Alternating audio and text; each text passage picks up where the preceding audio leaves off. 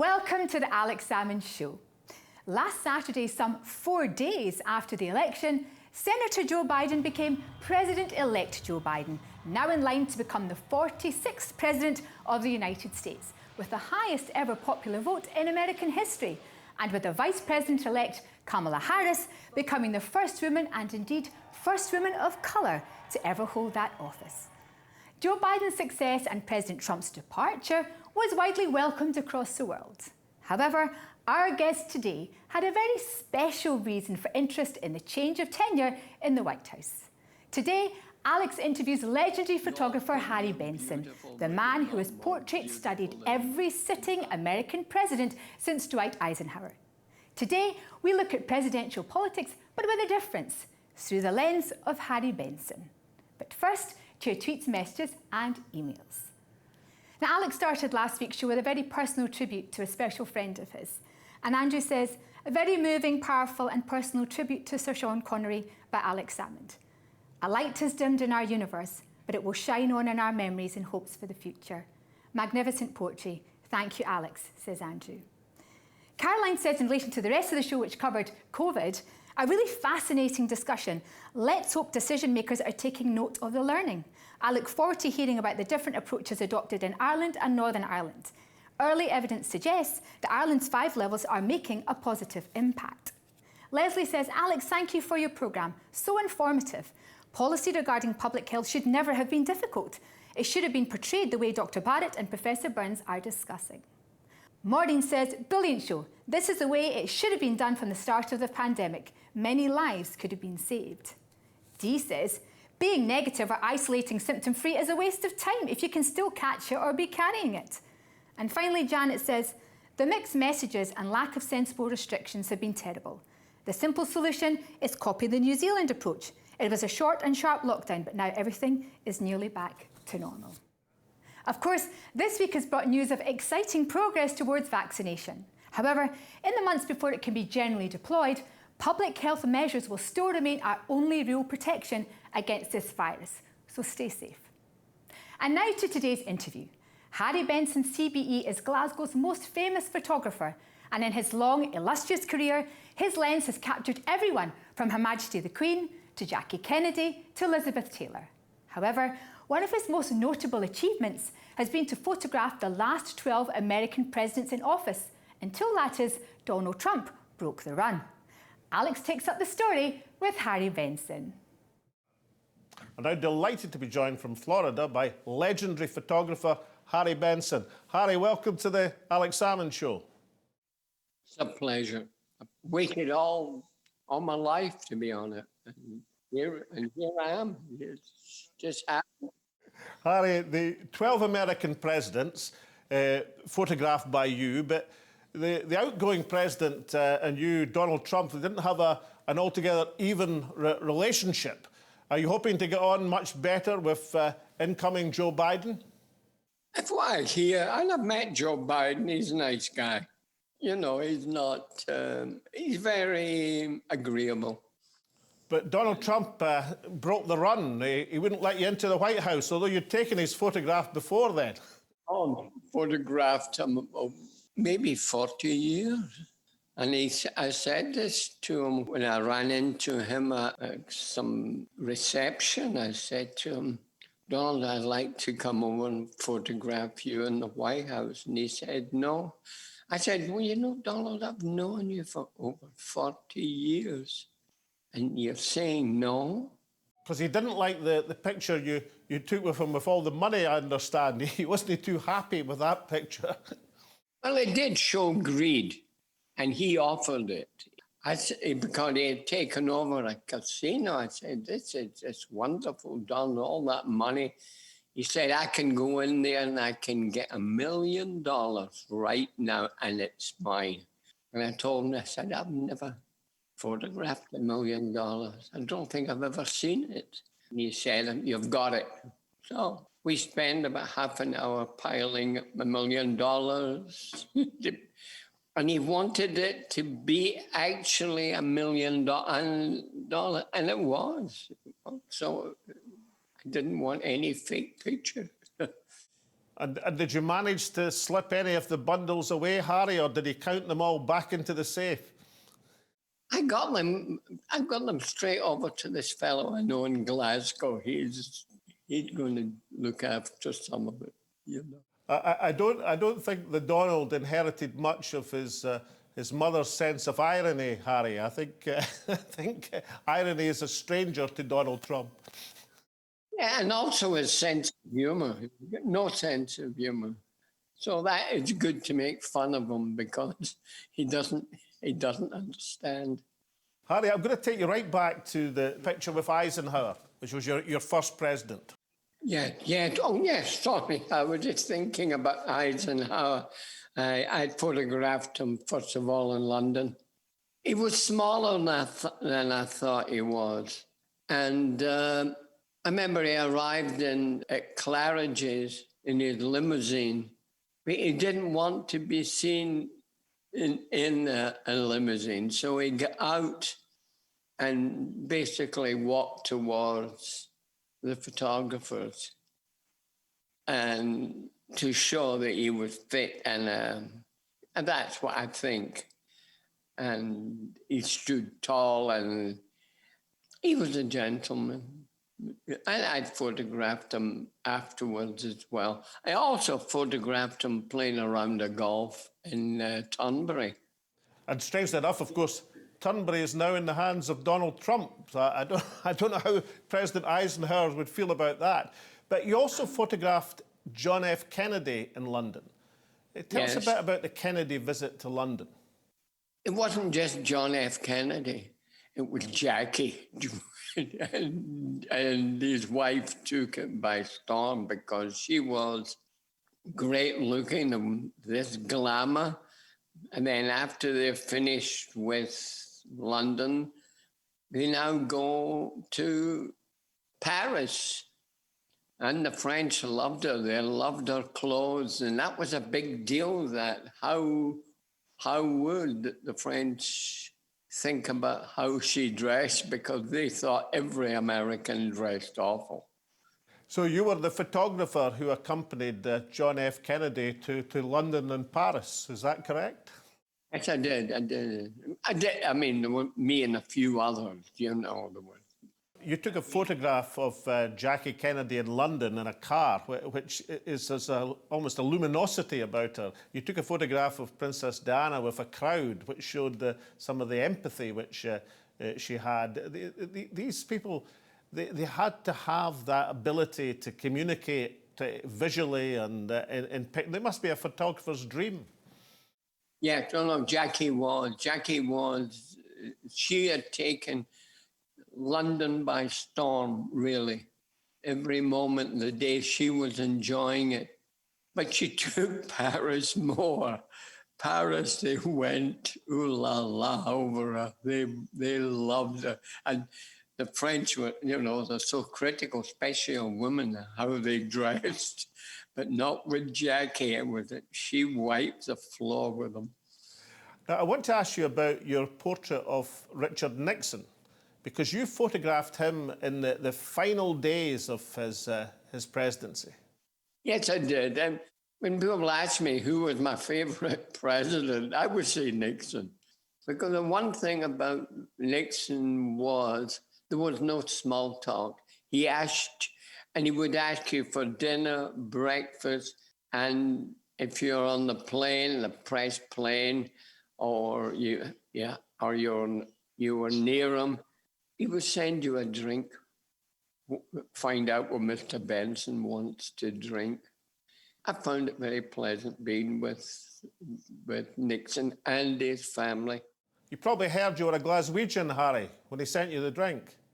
I think it might have worked the opposite for me. I found them to be very easy to work with.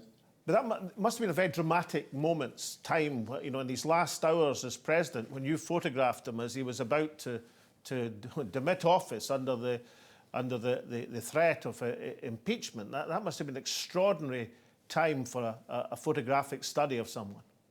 It was terribly sad, because there was also his family were with them.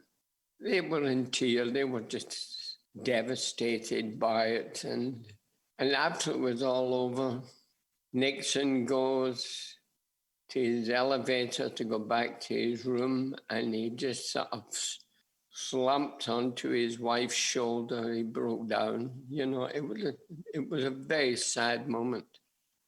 A photograph doesn't lie. And Nixon felt safe with this.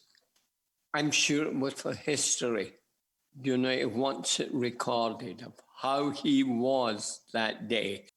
Now, if I can take you to happier moments in a presidential term, the famous picture you took with the Reagans, an astonishing picture of them dancing, a picture, I understand, which actually saved a very famous magazine.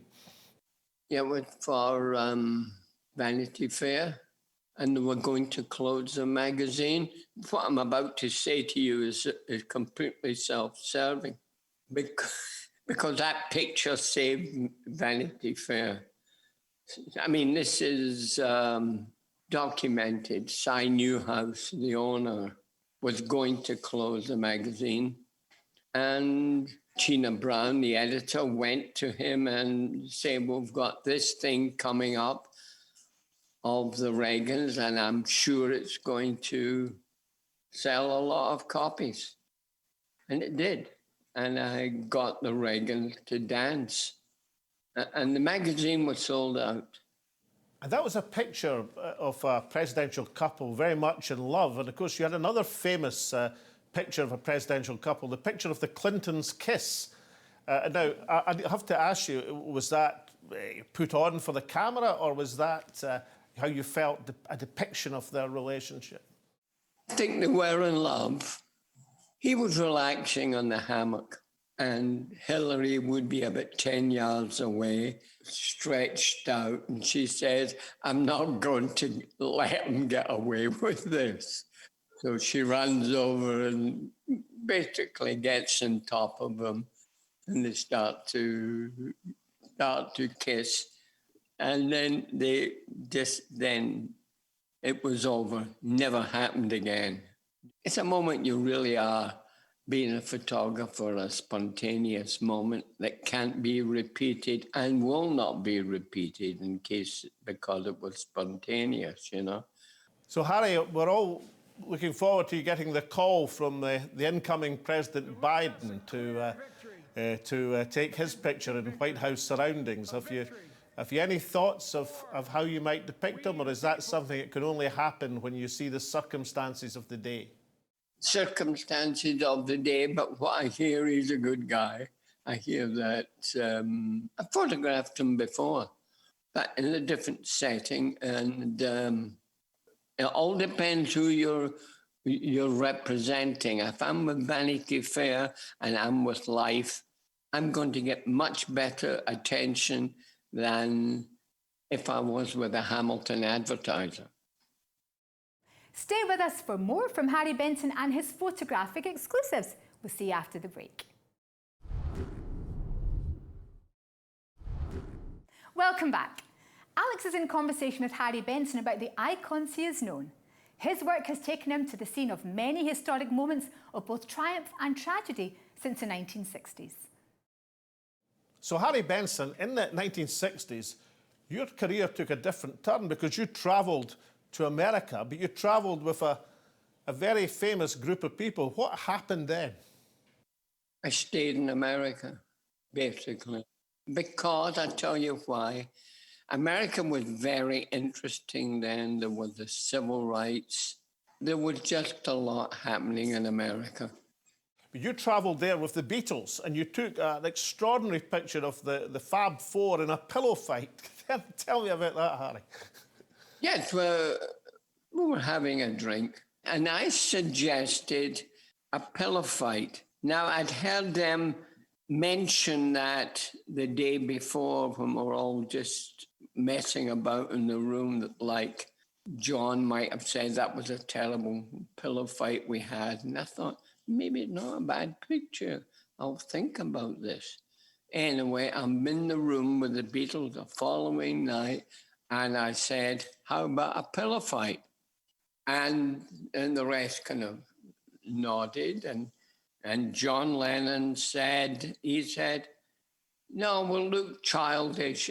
You know, because they were breaking records in all their sales, and they were becoming very rich in these few days. Anyway, they agreed not to do it. Then John disappears in the room for seconds, and Paul is sitting having a drink on the couch, and John comes up behind him with a pillow and bangs it off. Of course, it splatters all over the place, and then there's the pillow fight. I just kept shooting there. I just kept taking picture after picture of them, not telling them what to do. And then you photographed the Beatles with Muhammad Ali. Now, you must have had the 5 most famous people in the world in that photograph at that time. You know, someone said that to me the other day there. The most photographed people in the world. Muhammad Ali had won the title, and the Beatles didn't want to meet them because, you know, they thought it wasn't right to be with a boxer. Anyway, I get him in with Ali. We go to his training place. Now, the Beatles are such smart asses. They had a retort. They were glib, just obnoxious with people. They would put them in their place. Not with him. He was ready for them. He said, no, things like, you all think you're beautiful, but you're not more beautiful than I am. Girls love me better than they love you. You know, you're just little punks. Oh, no, it was... He put them in their place. And he said, now lie down. And he had them lying on the ground. Now turn over. He treated them like children. And after it was over, John Lennon, who I would say was the leader of the Beatles, he said, you know, that didn't go well. He made us look like monkeys. And it's all your fault, Harry. Because I arranged it. But Muhammad Ali was a way ahead of them. But never mind, Harry, you got the photograph. But these were basically happy moments with the Beatles and Ali. But of course, you also photographed some of the great tragedies that were happening in America at that time. And in particular, you were present and photographing at the assassination of Robert Kennedy. Tell us what happened there. Well, Kennedy was... I knew Bobby. I liked Bobby. I knew I'm still friendly with his family. It's awful to move from a happy situation, like he had won California, and Bobby said something and on to Chicago, and he never got out of the ballroom. He's walking. I would be about 5 yards behind him. And then the screaming started. I never saw the guy with the gun because of the crowd, but there was screaming, and the next thing you see is Bobby is down. But I'll never forget the screaming. It was like they were shouting another Dallas, because it was so close to Dallas with his brother. And people were just crying and banging their heads off. And I said to him, I was saying to myself, let me mess up tomorrow, but this is too important. I've got to take photographs. I've got to do it. You know, there isn't 3 cheers for the photographer in places like that. They see you as an intruder, as you are. But I kept taking it and saying to myself, this is for history. This is anything. So I was photographing everything around me. And Bobby I knew he was gone. He was losing a lot of blood from the back of his head, but there it was. And at one time I was in the crush in the crowd. I was only about maybe a foot away. from him, and he was looking up, and Ethel was screaming, asking for air, and it seemed forever before the ambulance people got to him, although I hear it was only about 6 minutes. An extraordinary moment, and of course, other assassinations in America at the time. You took a picture of Martin Luther King on the civil rights campaign trail, which reflected some of the enormous energy of the man. Do you have any reflections on Martin Luther King and the civil rights movement? Very quiet. There was no chatting with him. It was he allowed you to do your job, but he wasn't talking about, hey, the Yankees, we're going to beat the Yankees, or none of that small talk, none of that. Now, Harry, I'm going to take you right back to your origins as a photographer. And two things. The Peter Manuel story, to explain to our international viewers, he was a serial killer. He was the second last person to be hanged at capital punishment in Scotland. This is the late 1950s. And you, amazingly, as a very young photographer, managed to get into Barlinnie prison, and you were the only journalist who was able to photograph and speak to this mass murderer before his execution. Was that an extraordinary stroke of luck? Were you just in the right place at the right time? But it's an amazing story. I knew the right people at the right man at the right time. The right man would be boxing promoter called Sammy Docherty. He knew individuals who knew Manuel. And it was what Sammy Docherty said went. If he said to these guys, I want you to get Big Harry in to meet Manuel, because another criminal's got a chance of knowing another one. I want to ask you about two pictures. The picture, the very famous picture you took of children in the Gorbals in the early 60s, I think. And also a picture you took of the black communities in America during the civil rights movement. I was going to ask, I've always wanted to ask you, did you see any similarities between the conditions in your homeland and the deprived areas of Glasgow and the situation you found in the poorer communities in America during the civil rights movement? Listen, if some of the people from Glasgow were living in Watts in California, they wouldn't be rioting. They would be having umbrellas to shelter them from the sun. They would be tanning. Really, their conditions. I mean, I'd seen much, much worse conditions in Glasgow. I mean, I did a story, remember, there were 14 living in one room.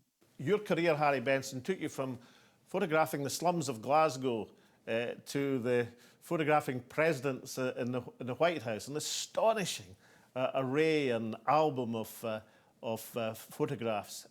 I'm going to ask you the most difficult question of all. Do you have, of all that array of photographs, do you have an absolute favourite? The one you look at occasionally and say, I'm glad that Harry Benson took that picture? I would say the Beatles. I don't think it's one picture, but I was lucky that I was the Beatles. I was lucky I got close with the Reagans. We're doing them a favour too, that we keep their image alive. I keep waiting to take my best picture. I don't think I've taken it. Although with the Kennedy assassination, I couldn't have gone any further because there were other people shot around me, very close to me. And I'm thinking of ones where I could have done better, you know. And there's a few. And looking to the future, Harry, what's the picture you still want to take? Is there an image you'd still like to capture for history? I would like to see more on the royal family. I would like to see them having their breakfast. I'd like to see them having dinner, because there's a lot of information there of what their table manners are like. you know, that have they actually got a dog and a cushion beside them, you know? You once took a picture of the Duke of Edinburgh with a toilet roll coming down in Edinburgh University, didn't you? That's right, that's right. Well, that was a major photograph in my life because it was for the Daily Sketch, and they brought me to London because I was doing well up in Scotland. And one thing's, Harry, you've never lost that accent either. Harry Benson, legendary photographer. Thank you so much for joining me on the Alex Salmond Show. No, thank you very much, and thank you very much. They say the camera never lies, and if that's true, then it follows that Harry Benson's presidential stories from behind the lens have a unique ring of authenticity. His portraits certainly have captured some essential White House truths, from the grace of the Reagans to the crassness of Trump, from the Clintons in love to Nixon in despair in his final hours as president. Harry Benson's work has taken him to some of the great moments which have shaped history, of both triumph and tragedy. How many of us would have wanted to be there when the Beatles met Muhammad Ali, or dreaded being present when Bobby Kennedy was assassinated? Harry Benson's work is a story of our times, and among the many changes expected of President Biden is to restore the world to its axis by quickly commissioning the Benson portrait. Indeed, I think it may even be mentioned somewhere in the Constitution. But for now, from myself, Alex, and all at the show, it's goodbye, stay safe, and we hope to see you all again next week.